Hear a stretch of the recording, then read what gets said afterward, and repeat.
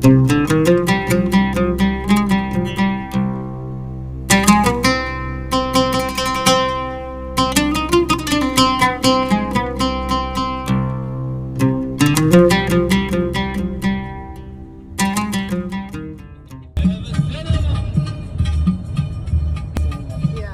I want to go to one day. So my Polish friends just left, and I feel a little sad because we just had the nicest couple days together, and I'm quite literally in the middle of nowhere. Like, I'm staying in a very rural part of. The kids are watching me. I'm in a very local part of Ouarzazate right now, and there's definitely a level of vulnerability that comes up, like especially as a solo traveler, especially as a female. And now I'm in a very like they're all bonjour. They speak Arabic and French here, so yeah, even though I prefer Arabic. But yeah, I just feel there's always this sense of like there's a bit of a low once you've been traveling with people for a while and doing things all together, and then when I'm by myself again, I always experience just a little bit of a need to like recheck in with myself and just see where I'm at, especially because I feel like I'm so rural right now.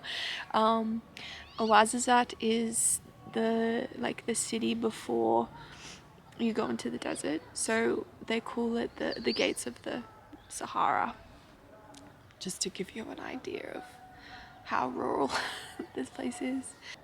I have a little idea of what I want to do, but I'm also starting to feel a bit conflicted because it's fucking cold. It's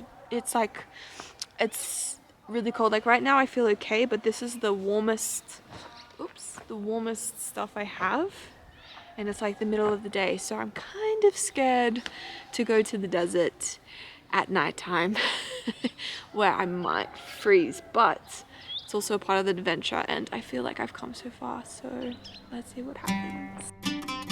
In this video, I also wanted to chat about some of the experiences I had while solo traveling and what it was like to be a white woman in such a local spot of Morocco. I definitely had some challenges in this week whilst being in what felt like the middle of nowhere and not really knowing anyone.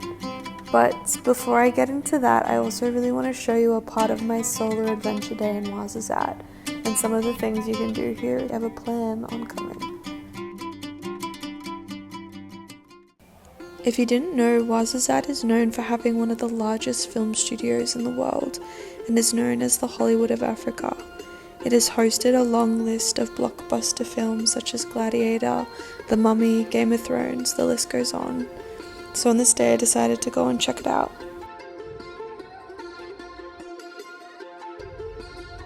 I hadn't actually been to a film studio since I was maybe 12 when my parents took me to America and we went to Universal Studios. And I remember from that experience that there can be such a mix of very strange energies when you go into these places. So I hope I can try and capture some of that essence and the things that I was experiencing. There was a lot of Egyptian sets and props and not castles but temples. And some of these places had very weird energy, and some of them had really nice energy. So let me show you.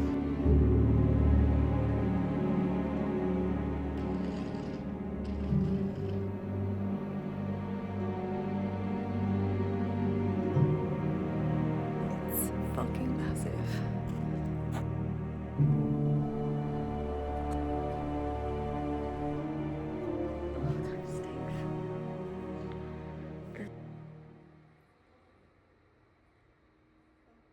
Holy mother of goose, what the? There's an ostrich. Are you kidding? What? The ostrich. He just roams free? It's good.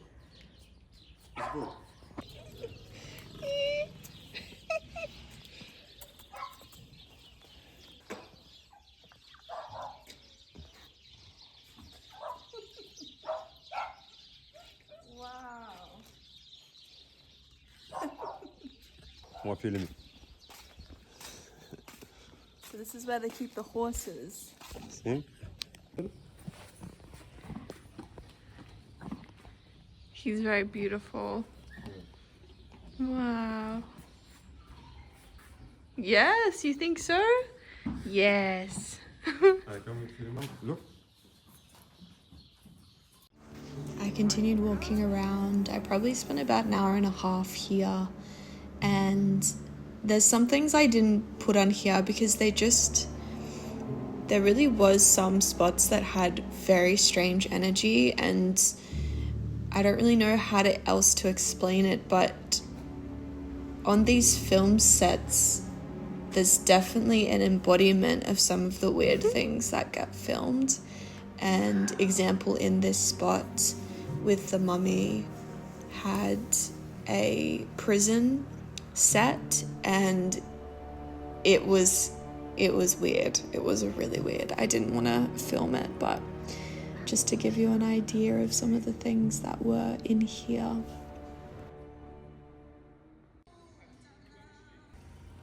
Hello. Small circle around the city. Okay. I'm up for the adventure.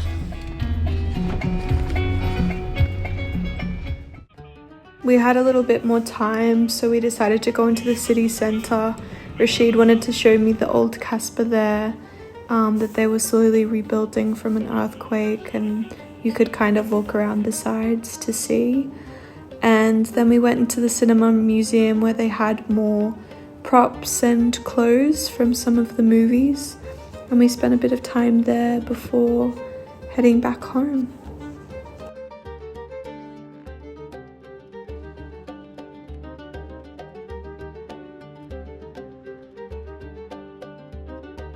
Rashid is taking me a different way.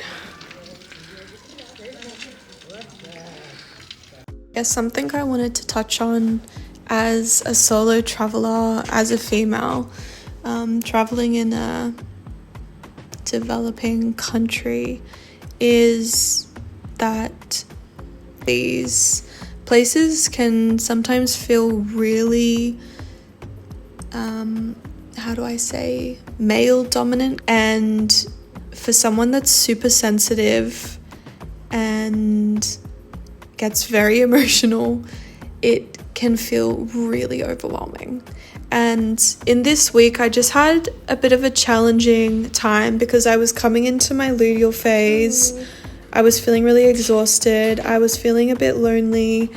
It was really, really cold. I had a lot of, there was a few like really rainy, stormy days where I couldn't really do anything but sit inside and like work on the computer. And it's like every time I would walk outside, just everyone would want to talk to me and everyone would stare at me. And it's just kind of like you've got a spotlight on you. And yeah, there's just moments of traveling when you're exhausted where you honestly just want to tell everyone to fuck off. And that's kind of where I got to at one point, especially because I had to go out into the town to get some dinner and things. And there was that one in particular guy that he was so enthusiastic to speak to me. And just had to be straight up and say, I don't have the energy for this conversation. So, and I guess like the other side of this is that I feel like Morocco and spending a lot of time with Moroccan men has helped me to, I'm learning how to speak up more, speak up what I need, speak up what I am feeling. And example, in that moment, I was just so not ready for a conversation with someone. and someone that also I felt like they just kind of wanted something from me, and I just didn't have anything in the tank. And I just had to be kind of just brutally honest. And for some reason, that can be such a challenging thing to do. But it's been a big lesson since being here, for sure. I guess on the other side, it's also sometimes it tests me in ways where I will be really grumpy or really moody and just kind of like on a mission to get the thing that I need. And someone might smile at me, and I kind of just, if someone's like quite genuine, which obviously you experience as well, and then it kind of just humbles me of like, oh man, I'm just being a bit of a bitch right now. But I don't know, I think there's this thin line of like trying to protect yourself and also just being nice and having genuine connections, and you know, not feeling like someone's trying to scam you or someone's trying to get something from you. And it's kind of just like a constant learning journey, I feel, in these places.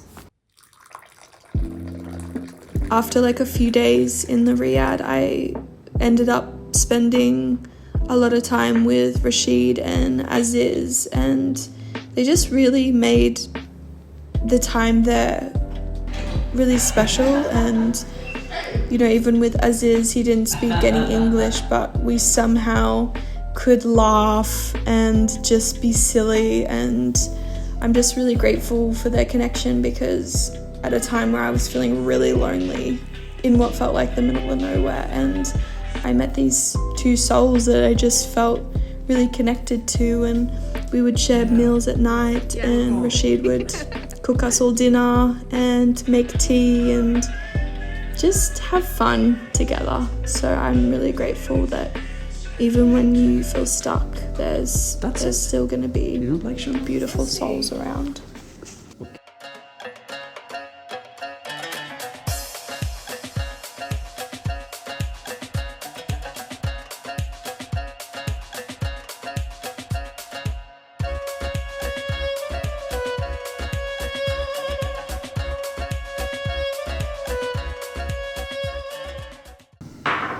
The tagine is there. And cheese. Wow. That's it. That's enough. This night was actually my last night in Ouarzazate, so we had a big dinner together, and I had to say goodbye, and that was honestly so sad to leave, but it just, I think, was the right decision to make at this time of the year. And as it was just freezing and rainy, and yeah, it was time to go. And a baby tea for me, of course. Because Rashid drinks only coffee. Unless, yeah, this is true. Aziz, tomorrow you drive me to airport?